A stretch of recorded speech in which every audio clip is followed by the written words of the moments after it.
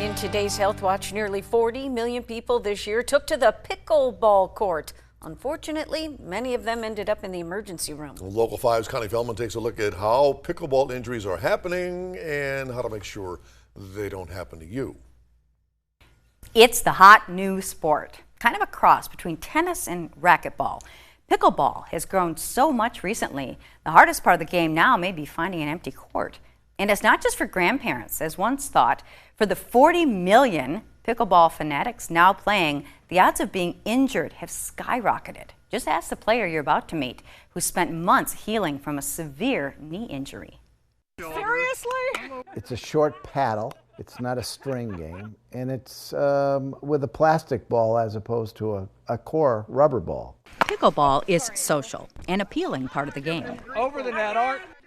Lots of laughter, but competitive spirits lead to getting hurt.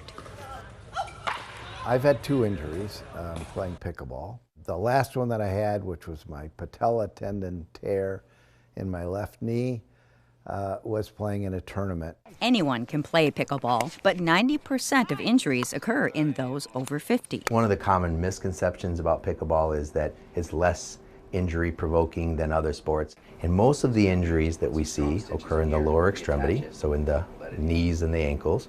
They're usually from a sudden lunging, jumping, twisting type of maneuver. Bob's patella injury to his knee was intense. He did sort of a sudden lunge, and what happened was his quadriceps, his thigh muscles, contracted suddenly and actually ripped the tendon from off of the bone just below the kneecap. The first 4 to 6 weeks, you're pretty immobile. Then you start to gain confidence and the brace starts to come off because you sleep with a brace for the first 5 weeks. So how can you keep pickleball fun but safe from strains, sprains, and dislocations?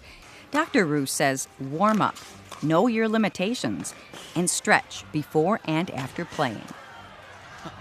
Dr. Roos says it'll take Bob 2 to 3 years to get back to his full competitive level.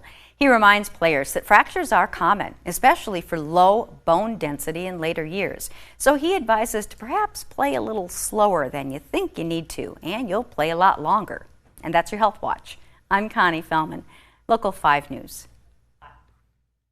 Thank you, Connie. It's a bunch of people my age who think they're 17. Why do you think they're in the emergency room? All right? Okay, tomorrow in Health Watch, Narcan to the rescue, getting this life-saving drug at the push of a button.